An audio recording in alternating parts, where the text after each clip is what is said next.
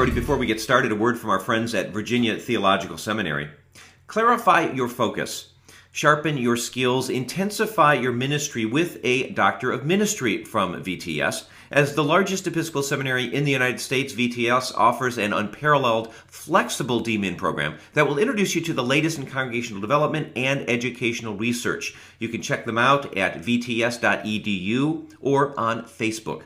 Okay, here's your program.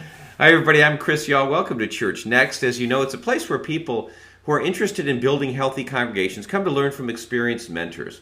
And today I'm very excited to tell you about our guest, an outspoken advocate of and in the missional movement. His name's Alan Hirsch. You've probably heard of him, a theologian, a thinker, a blogger, and an author. Maybe you've heard of The Forgotten Ways, or maybe you're eagerly anticipating his new book. Let's see. I just got a copy of it, Alan, and here it is, from Leadership Network, and I meant to have it closer before we started, The Permanent Revolution. And these are all vehicles that Alan uses to call the church to deeper and deeper discipleship. And Alan, I think I can speak for a lot of folks who will be watching this, but we're all very appreciative of the work that you're doing in the missional church movement. But for those who are perhaps aren't as familiar with your work, why don't we begin right there by capturing for our audience the gist of what your message is for today's church?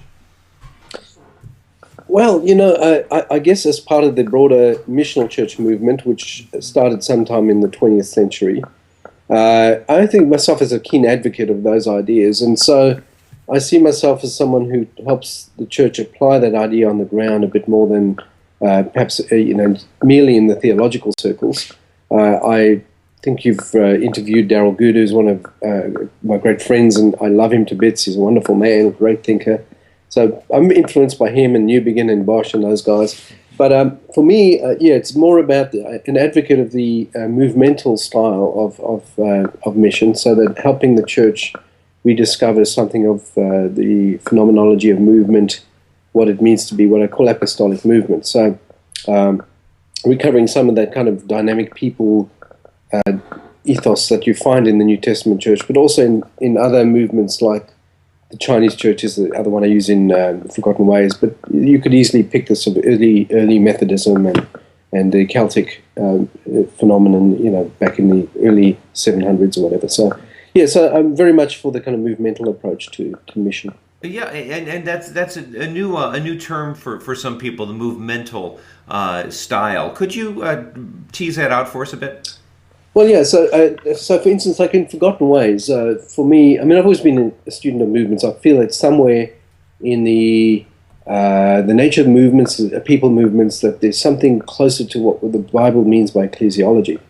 So the Forgotten Ways, for instance, was a book that started for me by hearing the question and being really challenged by God. The question: how did they grow from Rodney Stark's figure of 25,000 year 100 to up to 20 million by the time Constantine becomes emperor?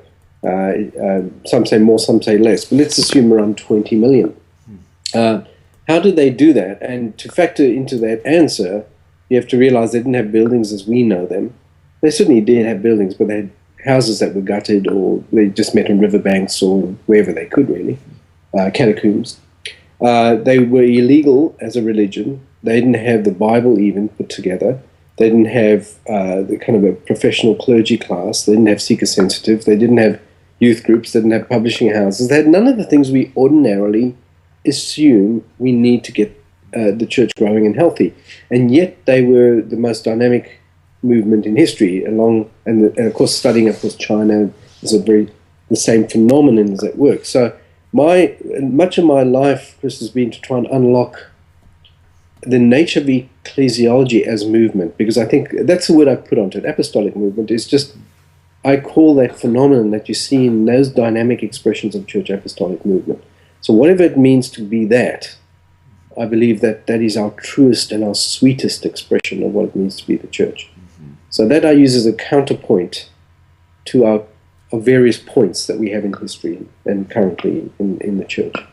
Okay, so we go. So you've sketched out a bit of what the early church was like to grow, from 25,000 to 20 million in 200 years or so. What are some of the characteristics or essentials that went on at that point during that movement. And what I'm gathering from what you're saying, Alan, are parallel in other movements that we've seen. Tease out some of those parallels, if you could.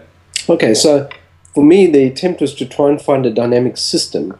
What factors come together that create apostolic movement? For me, they comprise of 6 basic elements that, not taken individually but together, create a system I call apostolic genius. I had to put a word onto it because there was no such word and no such attempt to describe such thing before. So it's made up of these 6 elements, each of which are necessary in themselves but not sufficient to produce movement. They need each other to kind of bolster each other. So not in particular order, the first one is the most important, but is Jesus is Lord, which is essentially about the Christological center of the Church's confession, that Jesus is the centerpiece, the founder of the movement that claims his name, and therefore it always returns to Jesus or finds its authenticity in Jesus, and the lordship piece of the kingdom of God stuff. So a huge amount of theology kind of loads down into that little statement. The next one is discipleship, disciple making. That movements that change the world are obsessed with disciple making. At every level of the organization, it's taken as a kind of strategic activity. The following one, number 3, is missional incarnational impulse. Related activities. That the missional is the centness of the church, pushing us out into the world, into every sphere and domain of society. Incarnation is going down deep, and it seems to me this is the way the church extends itself in and through movements, outward deepening, outward deepening. The fourth one is related to the book you've got in your hand, The Permanent Revolution, is really about Ephesians 4, and specifically the apostolic ministry as the catalytic one, not the most important one, but the catalyst for the others. But it really has to do with the fivefold ministry as we find in Ephesians 4. And I'm sure we'll get to talk about that later, about being a missional leadership for a missional church. So we look at that. The next one is organic systems. This is number 5. That's movements organized very differently to the way we've come to think of organization. First of all, they're illegal, so they can't have a headquarters and a 501c3 and buildings and all the things we ordinarily associate. So they are decentralized movements, and they organize very differently, and they do organize pretty well. So what's the nature of their organization, and trying to kind of unlock some of those codes. And then the final one is a trickier concept to define. It's called the communitas, not community, as in TAS at the end of community, communitas. And I ripped this off a guy called Victor Turner. And Turner really is describing the type of community that forms in the context of an ordeal, a challenge, a task that reframes the way we relate to each other inside the community. We move from being friends or associates to being comrades, to being brothers in arms. People have to work together in order to survive and thrive. Mm. So it's a kind of a community that's factored risk and adventure into its equation. Okay. Much of my writing, just for the sake, so that you know, much of my writing since then has been an elaboration of those 6 elements. So every book I've written since The Forgotten Ways is an elaboration of one of those elements. And I've just finished with The Permanent Revolution. I've gone the 6, double-clicked. and so you described for us these 6 elements of apostolic genius, and so these would be parallels that we would see in the movements that you're drawing these from. I think, Alan, of what you've talked about in terms of movements and about this sense that Christianity at different times has swept and grown, and yet here we are in the U.S. when people fill out questionnaires and 90% believe in God and 80% believe in Christianity. Is this kind of theology, missional theology, not able to work here? And if so, what does it look like? You see, it's an interesting question. See, when I wrote my first book with a friend called Michael Frost, The Shaping of Things to Come, I'm not sure if you've read it, but it infuriated a lot of people. We were writing, basically, we were training church planters, but we in Australia, I'm obviously not from America, we were training church planters, but best we had at the time really was the Church Planters Toolkit, which was a very functional, model-based 10-step program to church planting that assumed that you didn't have to translate the gospel into alienated cultures or cultures that were distant from us. And so it didn't have to interpret the task from a missionary perspective. In Australia, we can't fool ourselves any longer that we're living in deep post-Christian culture. Mm-hmm. And so we had to adopt a missional stance in relationship to context. Well, people might have some vague cultural nominal association with the church and Christianity, even in Australia. Functionally, it is very, very far from any meaningful appropriation of the term Christian. In fact, it's anti-Christian. It's more like what you'd experience in this country in San Francisco, a strong anti-church bias. And for good reason, by the way.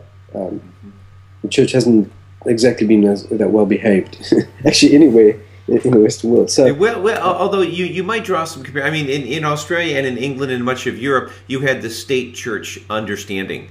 Whereas in the U.S., and perhaps why we've got such different percentages, is because this has really always been an entrepreneur's country when it comes to the furthering of any religion, and so there's. I can understand anti-church bias in every culture, but I can also understand why we see less of it here, yes. Because we haven't, by the state, had it thrown down our throats. Yes, that's true. However, so what we call Christendom was the church-state embrace in Europe, and we inherited some of that, there's no doubt. We have a free church movement, of course, in Australia as well. So natured rebels, Australians are very anti-authoritarian. Think of Texans without the entrepreneurial twist, maybe. Mm-hmm. But I would say in this country you have what I would call a church culture Christendom. Mm-hmm. It's Christendom nonetheless, but it's not a church-state relationship. Yeah. To be an American is to be a Christian. In other words, it's assumed that if you're American, there's a Christian identity somewhere operative. Mm-hmm. That works for you and against you. Mm-hmm. For one, it's a civil religion in the same way that Europe is a civil religion. Yeah. And it can obscure the claims of real maybe authentic Christianity that has over against the other allegiances in our world that claim us and define us. And the fact is, and I think most indicators do indicate that America is heading down the European path, but not in the same degree, and it won't ever get to the place where Europe is. It's just America is just more religious, but it's becoming increasingly de-churched and now significantly unchurched. And for the first time, I think American leaders are now beginning to realize it's not going to be business as usual. So the church has to adopt a missionary stance in relationship to our context. Well, in relation to what you're saying, not to cut you off too badly, I think of the sense that we do have a lot of people who check that box. But notoriously throughout history, religion in the U.S. has been a mile wide and an inch deep. So you certainly may question the sense that okay, we are a Christian, but what does that mean? I was interviewing somebody earlier today who talked about a new book out on the juvenilization of American Christianity, and we all seem to want to keep it at such an immature level of indifference to what it's really about, which is, I think, at the heart of the missional church. Yes. And that actually again obscures how needy we are of the gospel itself, and actually makes our job harder. I think it's actually harder to reach what we call de-churched people than it is genuinely unchurched people. But again, it requires a different strategy. And I think, look, I was going to say, Chris, if outside Americans in the Midwest or in the South, when you talk about the missional church, they say, "Oh, come on, we're totally church. Come on, you're joking." I say, "Well, okay, go to your population centers, where the majority of Americans live. So you've got your Eastern Seaboard, where you're part of, and you go to the Western Seaboard, particularly up to the northern regions, and then you begin to find what I call the Europeanization of America, the increasing de-churched, anti-churched, unchurched phenomenon taking place. Seattle, San Francisco, to some degree LA, but certainly we're, right off on the Eastern Seaboard, right, New York right up into New England, all that stuff. You pretty much, the in 10 years' time, all statistics indicate that there's a serious decline of the church. I'm sure you read Micklethwaite's book. I think it was out last year, the year before. God is Back. Yes. When he seemed to think that it's more likely that Europe would become like the U.S. than U.S. would become like Europe. What did you think of that? Sorry, I said yes too quickly. I'm aware of the book. I haven't read it, so. Okay. Yeah, he seemed to think that Europe is, in terms of the Christian landscape, has gotten so burned out that the fireweeds are beginning to come up, and some of the things that our friend Johnny Baker, your friend, my acquaintance, would talk about as energizing and exciting. But I don't want to detract from what I think is your main point, which is de-churched folks are growing in number and are becoming and are more difficult to have dialogue with, because there's an anger or there are probably a number of different things that have them in a separate category than what someone might call an unchurched person. Mm-hmm. And yes, and it's like like in the Christendom construct. Think of it's like having a virus. If you get a vaccination to virus, what they do is they give you dead virus, and they introduce it to your body, and then your body develops antibodies to that particular shape of that virus. The problem in Western society is that we have had Christianity in the West for over 17 centuries of the Christian variety, and therefore our culture has developed significant antibodies to our message.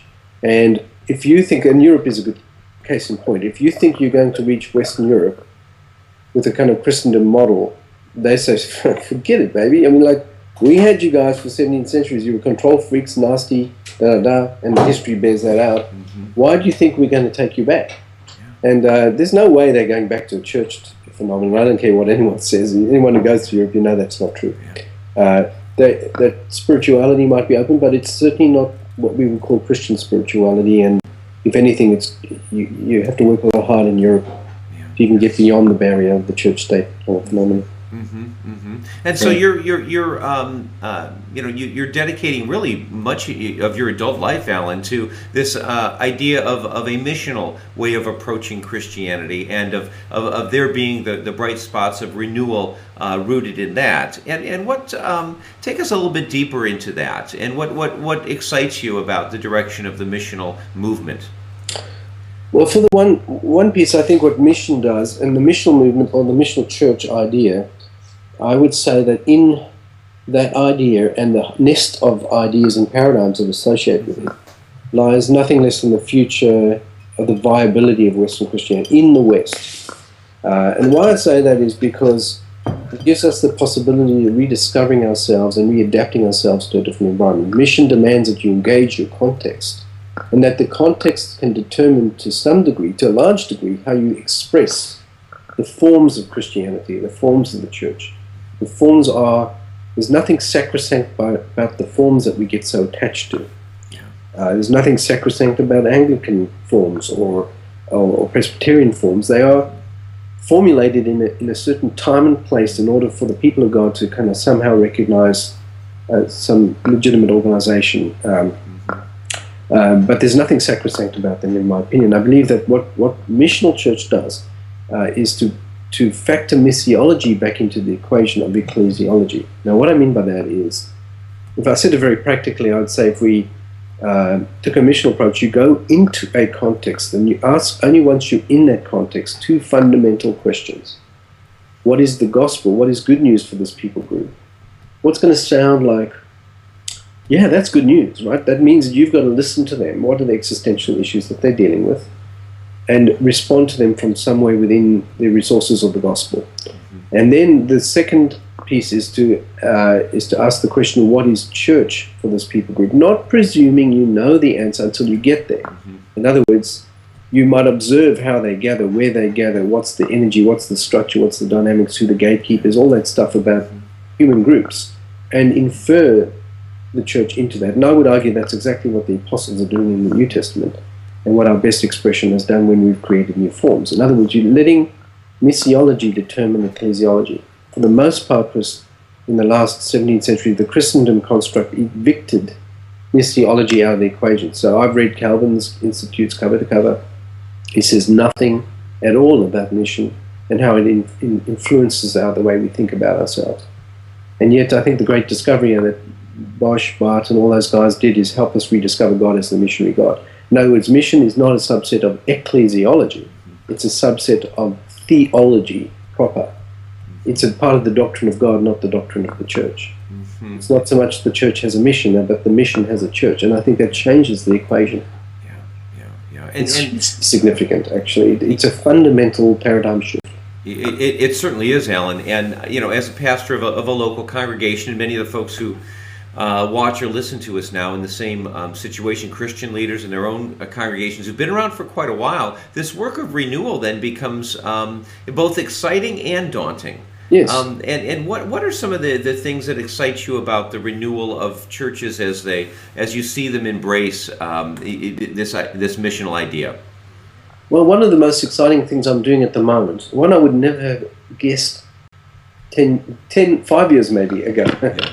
It's been a very interesting shift. It's a group that is called Future Travelers.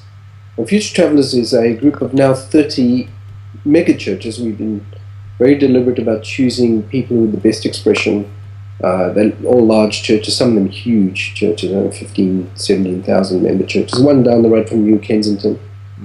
Mm-hmm. And these churches we take an and approach. In other words, we say what you've got is your best expression of attractional models. Keep them, but don't stay there. Use them as kind of launching pads, as movement starters to launch movements into becoming bigger than what you currently are in terms of engaging in mission and enterprise and all that kind of stuff outside the walls of the church. And so that's one of the exciting things we're seeing. And we've been very selective. It's not just open join. So Future Travels is a is a kind of a network of 30 very large churches. Yes, Future Travelers. Future Travelers, yeah. So it's a cohort-based model. So we have 3 cohorts of about 10 to 12 each. Okay, and are these? Is this?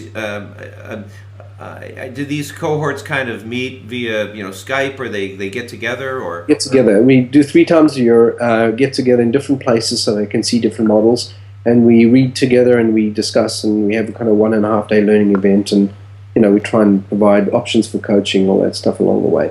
But what's amazing about it is that we are honestly seeing some really, really interesting enterprise coming out of it.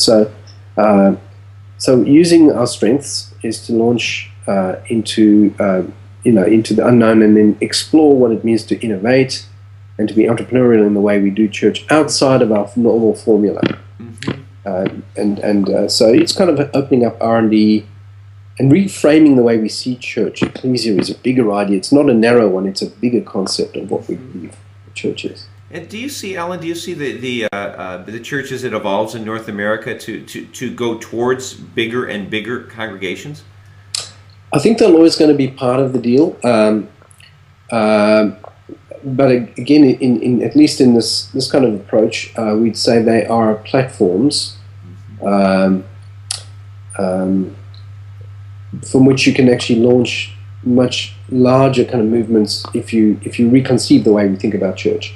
So in other words, we'd say Kensington down the road from you, Detroit, has 700 different cell groups. So the challenge for them, and they began to kind of reframe this stuff, to say, what if we'd selected 200 of those cell groups, and instead of them just simply being dips and chips in Bible study and prayer, that we began to prep them to be churches in themselves, and that those churches in turn become churches that reproduce others, and that we then reorganize ourselves to incorporate what they're doing into who we are. So we call them the kind of the ninja kind of groups. They become missional communities, where out of the missional community can become a more functional, sustainable kind of expression of God's people as church. But then they're still part of the network, right? So that you're expanding this notion of the church outside of the current walls. What we argue, Dave Ferguson and myself argue in On the Verge, I'm not sure if you know the book, but it's a book that really articulates the process of future travelers. Yeah. So we say that the current prevailing models, the mega churches, probably can reach, we're taking a punt at this, but it's an educated guess. If you average it out across America, probably into 40% of the population. They would have cultural appeal. 40% of Americans would find resonance in the way we currently express that. But that leaves 60%, and even if you said 50-50, leaving 50% of Americans who, for whatever reasons, will not go to those kind of expressions. And it's a declining appeal, so it's not like it's expanding. The contemporary church movement hasn't halted the decline of the church over the last 40 years, so that more of the same can't get the job done. So the idea is that, so what does it mean to do mission in the 60%? What does it mean to be church in that 60% of Americans who even on your best Sunday ain't going to come to your church? Yeah. That's the agenda, you see. And so these churches are helping reconceive themselves to actually be church in that place as well as among the 40%. So 40 and 60. Yeah. And then I would imagine that, the vast majority of churches in this country, I think mega churches make up half of 1% in terms of number of churches. Although, as you've mentioned, they attract a lot of other folk. But it would seem that equipping these smaller congregations is something that you've certainly been active through your publishing and trying to do, and advising as well. Yes. So at the moment, like I said, what I'm finding exciting is the future travelers, but I've always been for grassroots movement and reconceiving ourselves in the local expression. The local churches, small ones, have a lot of resource. I tell you, because what actually changed me, I think I was going to say this, my original book, Shaping, was quite a revolutionary text. And honestly, if I was pushed up against the wall, do I believe that the established church had it in itself to resolve its problems that we now face in the 21st century? I probably would have said no. I think it's going back to kind of basics, back to ground up, start again. That fundamentally Christendom and Christian variations or derivatives are flawed. Flawed, as you Americans say. Flawed. What changes me is forgotten ways. As I began to research movements, and China was so significant in this because China has got an institutional church. It had it for many, many years, centuries, in fact millennia. It wasn't significant for a while, but then, prior to Mao Zedong, say 300 years since colonization of China, it was a very well-established church. That's taken out. It's completely obliterated. And in that obliteration, they face an adaptive challenge that you will either adapt as ecclesia, or you will die. Well, that's obvious. All their leaders are in prison or killed, or buildings taken away, seminaries closed down, external missionaries sent overseas back home or pain of death. They don't have the institution any longer. And yet in that phenomenon, in that crisis, they discover themselves again, which leads me to kind of the conclusion that the answer already is in the phenomenon we call church, or ecclesia, the Greek word for it. So, in other words, it's latent potential in God's people that is already there. That needs to be it's not some trendy idea. Actually, it's rediscovering ourselves as I think we were intended to be in the first place. And so that gives me great hope, because every church in America, small or big, doesn't matter, has at least the latent resources within itself to get its job done. But it needs releasing, and it takes leadership, imagination to unlock that. You've alluded a couple times to the decline of the church in North America, and I'm wondering, as you train, because I know you're on you teach at a seminary, as you train our young leaders to come up and to run established churches here in North America, what are some of the attributes and some of the practices that you're very keen that they learn so that they can build healthy congregations? Actually, I think a lot of it, Chris, has to do with unlearning, if anything. Let me take a circuitous route here and suggest that probably the greatest problem that we face has to do with the way we conceive of or imagine or how we configure this thing called church. And I would argue that in spite of the American derivative of Christendom, it's still a Christendom construct. In other words, it takes a privileged position in relationship to society. The church expects it is the kind of chaplain to the civilization. Yeah, we still don't pay taxes. That's right. In Europe, of course, the taxes are paid to pay the church, but which really does. But there is still a privileged position, and most the where you stand determines what you see and how you behave. So I would argue that the biggest hindrance to actually cracking through into a bigger idea of the church, and a more biblical one, is actually in unlinking our imaginations from the Constantinian model. I say this way, that Constantine is still the emperor of our imaginations, and how we think about ourselves is still fundamentally Constantinian. So one of my challenges in working with various churches is to slow them down. For instance, my future travelers, friends and buddies, right? If you can imagine that there's two cliffs over here, and these are the guys standing over here. Now these are the entrepreneurial, somewhat gung-ho kind of guys, and they can do it. They are demonstrated capacity as innovators, right? And so they look at that other cliff and think, I can do that. I can take a run, and I'm going to have a run of kind of jumping this chasm. My fear is that only few of them will, if any, will make it across that chasm if they try the jump, and they'll go splat up against the wall and go down. My challenge to them is to say, slow down, and go down into the valley, actually descend, and this is the constructive process, to ask questions about how you think about church and the assumptions that we often hidden, the mythological, intangible, some things that formulate how we think about things, the paradigms, and then climb up the other wall. It's more arduous, I grant you, but I think if we're willing to do that, we're simply going to repeat what we currently know. Mm-hmm. And I say that this way, repeating from Einstein, is that the problems of the world, the problems of the church, cannot be resolved by the same type of thinking that created those problems in the first place. Mm-hmm. In other words, we have to think differently about ourselves to resolve our problems. And that's the biggest challenge. And I think what I find that I'm doing a lot with American leaders, because I believe you are entrepreneurial, and I'm trusting that once we get the idea, America will probably shrink wrap it and sell it to the rest of the world. And I hope you do. But let's get the right thing. Don't go gung-ho and look for the 10-step models now. We've got to draw the maps of the territories as we come to explore them. So that's a huge challenge, and the pragmatic streak in the American leader, my job is to slow it down just a little bit, and then let's see what happens on the other side. This whole notion of unlearning, Alan, is captivating because especially when you sense the depth of it, which is what you're alluding to. It's really many of the things that you want us to unlearn seem to be really deeply ingrained in us. Could you talk a little bit more about some of the things that are important that we unlearn?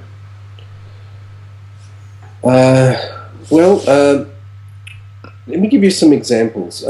Say one of the best books I read last year was a book by a guy called Joshua Cooper Ramo called The Age of the Unthinkable. Have you read that book? Not yet. Okay, it's a wonderful book. It's so easy to read, and written by a very smart guy. Yeah, if you're recommending it, then I'll probably be reading it soon, Alan. Oh, it's excellent.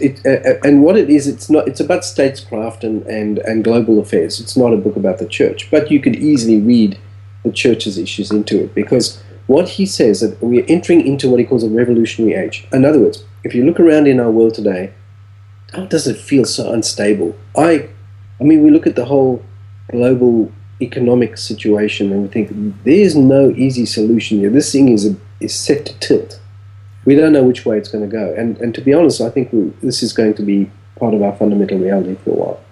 The whole Middle Eastern phenomenon with the kind of the Arab Spring, the shift to China, in terms of world power, there's huge things going on that create an incredibly unstable world. Mm-hmm. In the unstable world, what he calls the revolutionary era, applications that were developed in a stable time, in a different time and place, formulas, approaches, democracy, economics that was formulated for different times, when you apply that into a complex, changing global kind of structure, you not only you can't resolve the problems, you actually create more problems than you intended. Mm-hmm. And so we simply have to find another way and to think better. Statescraft, democracy, most of American forms of democracy are naive kind of 19th century understandings of democracy. Try and apply it, with willy-nilly into the Middle Eastern situation, and we end up with Iraq, mm-hmm. which is probably worse off, and we're $1 trillion, it's bankrupt in America. Mm-hmm. And you think about that for a while, you realize, wow, to what end? It's because a formulation that was formed in a different era simply applied into this area was probably going to make more problems. And I think there's so many things the way we do church that we cannot simply go as business as usual. And I think we have to go to a thorough audit of all our activities and to say we need to think more vigorously about these things and reformulate. And I think go back to our fundamental scripts. This is where I believe that the missional movement idea, the apostolic movement idea, gives us a fresh and yet it's ancient understanding of the church. Mm-hmm. So from anything from organization back to disciple making, most churches, the language of disciple making might be there, but the reality is almost completely lacking. Mm-hmm. How we engage in mission, it's usually evangelism at best. Mm-hmm. Church planting is church cloning. It's not genuinely a missionary approach to kind of cross-cultural planting. These things have to come under a serious question as to how we do these things better, and it changes that. All these things have got to be reframed in the missional. Well, and I think one of the things, and it's a theme you keep returning to, Alan, is context. That it's so important to not try to duplicate, but try to look around and see what's around you. Yes. So the guy invented the stethoscope. Medical instrument still used today, this is over 150 years ago. He said, listen to your patients, they're telling you the answer. And so, we can take our clues, a lot of them from culture, and the church can adapt itself beautifully if we kind of this is the age of the entrepreneur, really. Because it takes entrepreneurial capacity to be able to interpret and formulate new forms of the church, new algorithms and formulas of church ecclesia into a new context. So I think it can be wonderfully creative, but you've got to let go of the old formulas in order to do that. Mm-hmm. The Permanent Revolution, by the way, is a book that really addresses, there's a whole section there on what we call apostolic leadership, which is really addressing innovation and entrepreneurship, and the need to kind of really think about that stuff. And really, the heart of entrepreneur, and you've brought this word up, you've used this word several times in this interview, is really a sense of being able to learn from failing, and that failing is not something to be dreaded, but perhaps something to savor. Yes, absolutely. I would, as I no doubt you have, I've learned more from my failures than my successes. I've had some glorious big failures, and I swore I'd never do that again. Make those same mistakes. And I'm very grateful for those failures, even though they were very painful to me and others around me. But I'm very grateful for them because I think failure is a tremendous teacher. But there's other ways to be entrepreneurial than simply failing on a fail. We need to get over risk aversion. For one thing, if we're completely risk averse, and I think that is something that's reached obsessive proportions in middle class Christianity. We're hardly known to be adventurous people. Conservatives trying to preserve something rather than engaging vigorously. I think we've got to become be willing to kind of take a risk and take a punt at things. Well, yeah, and it's because we know who takes the risk with us, and we know where ultimately the story is going to end. Yes, we can be on the adventure. Actually, one of the books I did write on elaborating on the communitas idea, which is what this deals with a lot. Mm-hmm. It started with, which was with Michael Frost, called The Faith of the Leap.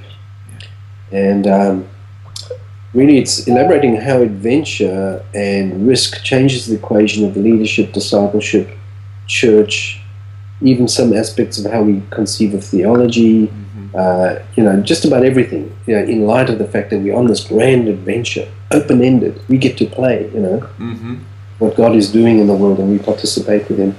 And that cowering away in the corner, in a cave, waiting for Antichrist is not going to help us. Yeah. Jesus intended.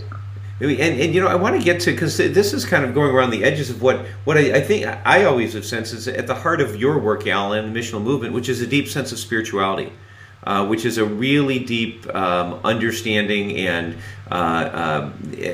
emphasis on a radical a giving of oneself to God. Would you talk a little bit about that? Sure. All of us would maintain that. I mean, in the end, it's about how we engage as individuals and as community with God. So, I mean, it all the fundamental questions come down to that, isn't it? So, if the church is not on about that, then I don't know what we're on about. And of course, Jesus being the kind of the mediator, the centerpiece, the center point in our relationship. So much of what I've tried to do is to reframe our spirituality around Christology, particularly, and take our agenda from this radical, in his human expression, is the model of what it means to be the perfect human being, a person whose type of holiness could hang out with hookers and all the undesirables, and all the holy people, so-called, the religious ones, hated his guts, and thinking, what's that about? And so there's a book that we've got a book on everything, right, on Re-Jesus, which is how Jesus reformulates everything. And then in Untamed, which is a book really about spirituality and discipleship, really. We use the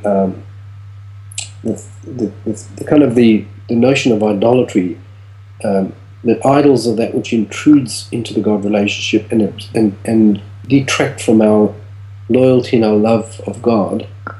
Therefore, by removing idols, which is actually what the Bible actually is essentially on about, the monotheistic understanding is the claim of the one God over all our lives and the exclusion of all other alternative truth claims. By actually removing idols from our lives, we actually learn how to worship and obey better, and become better followers of Jesus. So really it's an anatomy of modern idolatry and how to remove it. We use the Shema. It's my wife and myself wrote that book. We use the Shema, learning to love God with all heart, soul, mind, strength. First, acknowledging the oneness of God.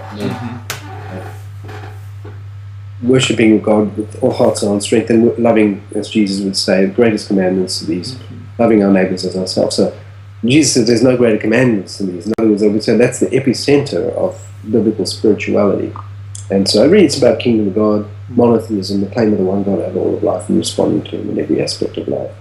Absolutely, it's all about. And I'm gonna take a risk at asking a personal question, which you can or cannot answer, Alan, of course. Which is, I'm curious about your own spiritual life and your own spiritual rhythm, and how on a daily and perhaps weekly, monthly, or yearly, how do you approach your own nurture, and what is feeding you at the moment?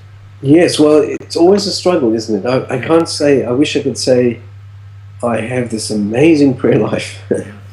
Part of the way I go about, and what I've tried to also articulate, I come from Jewish background, foreground, I'm a Jew, and Jews have Jewish worldview is very life-affirming. So what I found unhelpful in the Christian, or the Western Christian tradition, shall I say, which is more dualistic and life-denying, I found that very difficult. So what I've tried to do in life is to try and find God in everyday things, and not so much just church-based activity or seemingly sacred activities that are dislocated from ordinary life.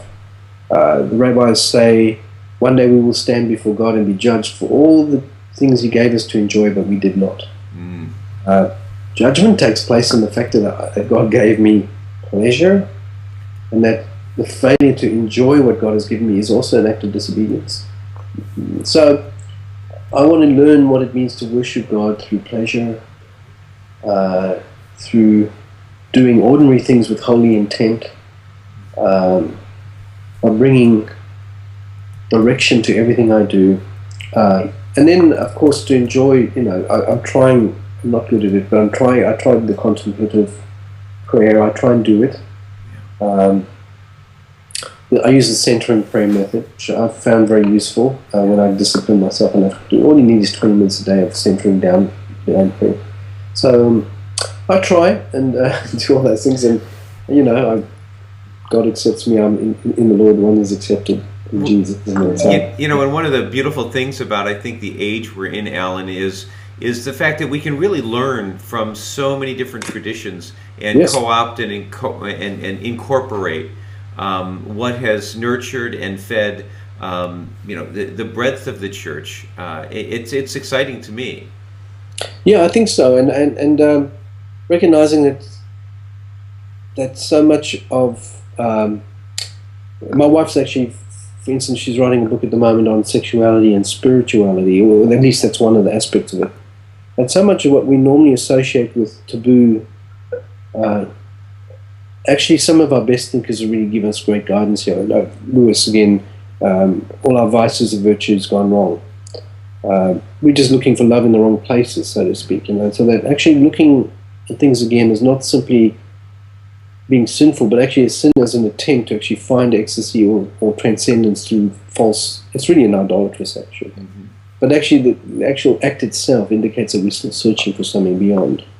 Sexuality is a classic example of it. So, looking in the strangest of places, being big about this thing, about the God who created the universe, who's my Father.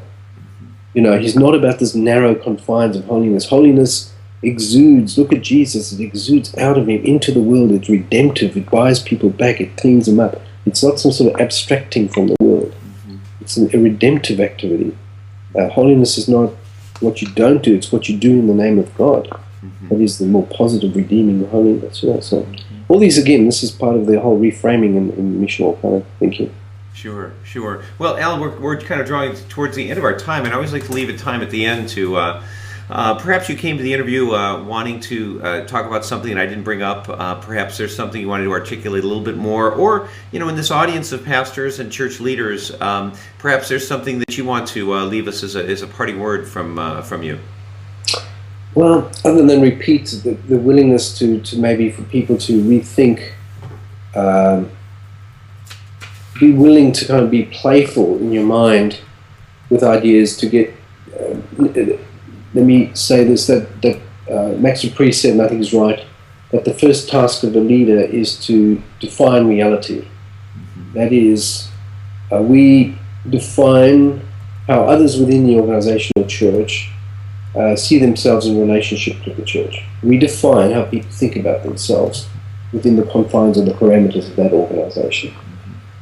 I would say take this, we are keys to the organization. That's why we call key leaders. We're keys. We can lock it up or we can open it up. Mm-hmm. Yeah. I would say that my challenge is to leaders today is to look at our situation. We're living in this incredible time where our actions have huge consequences. It's that revolutionary period we're talking about. One little action can have a large consequence, the butterfly effect. Make choices now that determine that Christianity in 30 years will be viable and thriving. Don't simply take recourse to traditionalist solutions. That is the ultimate form of laziness, and in actual fact might be unfaithfulness in this time. Be willing to journey and let God kind of redefine so many of the things that we might think currently are sacrosanct but are not. And that don't make a church an idol. The church serves the purposes of God as an expression of the kingdom of God. The most concrete when it gets its act together, but it's not sacrosanct in its forms. So go on a journey, be willing to learn, change the future, experiment. Don't dismiss what you're doing, but add to what you're doing now to kind of become something that you're not now. So I guess take a journey. Alan Hirsch, some words of wisdom from a man who's accomplished quite a bit and continues to work very fruitfully. We look forward to keeping up with you, Alan. Thanks so much for being with us on ChurchNext. Thanks very much, Chris. It's been great to be here.